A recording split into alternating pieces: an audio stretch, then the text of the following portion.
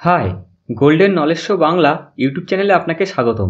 তো রিপোর্ট অনুসারে জানা গিয়েছে ভারত রাশিয়ার থেকে এক বড় ধরনের ডিফেন্স চুক্তি করতে চলেছে। আর সেই চুক্তিটি হলো এয়ার ডিফেন্স S-400-এর, যেখানে কিছু মিডিয়া বলছে S-400 এর যে মিসাইল সেটাকেই ভারত রাশিয়ার থেকে আরও নিতে চায়। তো কিছু মিডিয়া বলছে শুধু মিসাইল নয়, সম্পূর্ণ S-400 এয়ার ডিফেন্স সিস্টেমই সেটাকেই ভারত আরও নতুন সংখ্যায় নিতে চায়।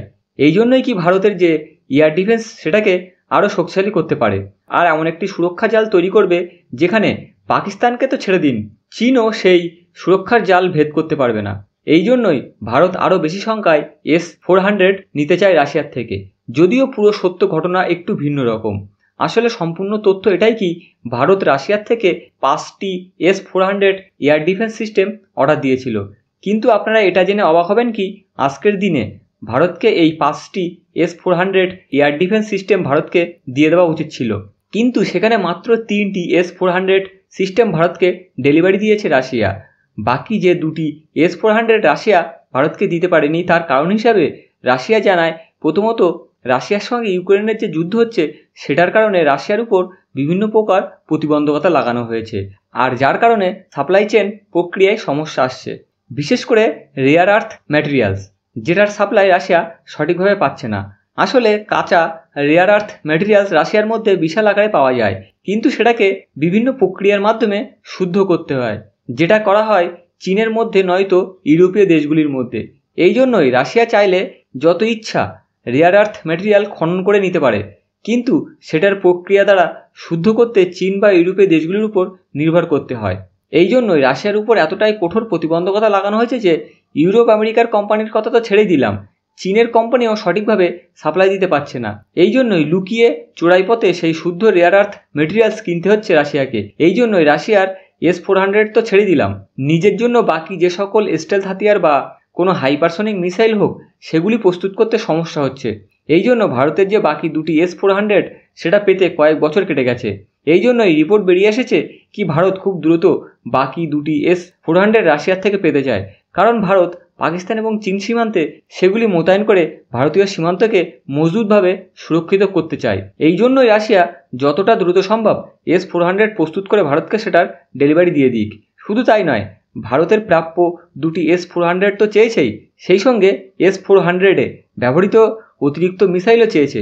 আসলে S-400-এর মধ্যে এক বিশেষ ধরনের মিসাইল মজুদ থাকে, যেটা শত্রুর মিসাইল, যুদ্ধবিমান বা ড্রোনগুলিকে মেরে ধ্বংস করে থাকে। আর ভারত যেহেতু পাকিস্তানের বিরুদ্ধে বেশ কয়েকটি ব্যবহার করেছে, এই জন্যই ভারতের কাছে যে 3টি S-400 আছে সেগুলির জন্য আরও ইন্টারসেপ্টিভ মিসাইল প্রয়োজন, কারণ কাল যদি আবার ভারতের মধ্যে যুদ্ধ পরিস্থিতি তৈরি হয় তাহলে ভারতের কাছে সেটার জন্য কোনো রকম কমতি না পড়ে। এই জন্যই বেশি পরিমাণে এই বিশেষ মিসাইল ভারত নিজের কাছে মজুদ রাখতে চায়। এই জন্যই ভারত রাশিয়াকে বলেছে বাকি 2টি S-400-এর সঙ্গে সঙ্গে সেটার মিসাইলও প্রয়োজন। আর মনে করা হচ্ছে রাশিয়া বাকি 2টি S-400-কে নিয়ে কোনো প্রকার বয়ান না দিলেও তবে আগামী দিনে হয়তো সেটার বিষয়ে তারা জানিয়ে দেবে ভারতকে। তবে S-400-এর মিসাইলকে নিয়ে তাদের থেকে ভালো প্রতিক্রিয়া এসেছে, তারা খুব দ্রুত ভারতকে সেটার ডেলিভারি প্রক্রিয়া শুরু করে দিতে পারে। আর যদি বলা হয় ভারত কি আরও S-400 এয়ার ডিফেন্স সিস্টেম নিতে চায় রাশিয়ার থেকে, তো দেখুন এই বিষয়ে বিভিন্ন বিশেষজ্ঞ মহল বিভিন্ন রিপোর্ট দিয়েছে, তবে কোনো সঠিক প্রমাণ সহ কোনো তথ্য নেই। তবে আপনারা এটা জানুন, S-400 এয়ার ডিফেন্স সিস্টেম খুবই দামি একটি হাতিয়ার। এই জন্যই ভারত যদি মনে করে S-400 এয়ার ডিফেন্স সিস্টেমের জন্য এত টাকা অর্থ ব্যয় করছি তখন কেননা সেটার আপডেট ভার্সানই নেওয়া হোক, সেটা হলো S-500। আর সিস্টেম দুটির মধ্যে খুব বেশি অর্থের পার্থক্য নয়। সেই সঙ্গে আপনারা এটাও জানুন, S-400 ডিফেন্স সিস্টেম আজ থেকে 18 বছর আগের পুরনো সিস্টেম হাতিয়ার। হ্যাঁ, সাল 2007 থেকে এটি রাশিয়া সেনাবাহিনীতে কাজ করে আসছে। সেই জায়গায় S-500 ডিফেন্স সিস্টেম একদম লেটেস্ট আপডেট ভার্সান, যেটা সাল 2021 থেকে রাশিয়ার সেনাবাহিনীতে কাজ করছে। তার মানে 3-4 বছরের ব্যবধান। আর এটা S-400 থেকে বেশি শক্তিশালী, বিশেষ করে উপরের উচ্চতার দিক দিয়ে S-400 S-500-এর কাছে শিশু, কারণ S-400 কেবল 30 কিলোমিটার উপর থেকে কোনো যুদ্ধবিমান বা মিসাইলকে মেরে ধ্বংস করতে পারে। যদি কোনো হাতিয়ার 30 কিলোমিটারের উপরে অবস্থান করে তাহলে সেটাকে ধরতে পারবে না S-400। সেই জায়গায় S-500 রাজা। আপনারা শুনে অবাক হয়ে যাবেন, S-500-এর মারণ ক্ষমতা কম করে 200 কিলোমিটার। হ্যাঁ, ভূমি থেকে 200 কিলোমিটার উপরে সেটার মারণ ক্ষমতা। এই জন্য রাশিয়া দাবি করে কি এই সিস্টেম একটি স্যাটেলাইটকে মেরে ধ্বংস করে দিতে পারে। সেই সঙ্গে হাইপারসনিক গতির টেকনোলজি সেটাতে মজুদ আছে। এই জন্যই যদি আপনাকে $1 আরব খরচ করতে হয়, তাহলে আপনি S-400-এর বদলে S-500-এ খরচা করবেন, এটাই স্বাভাবিক, কারণ সেটা আধুনিক এবং বেশি শক্তিশালী।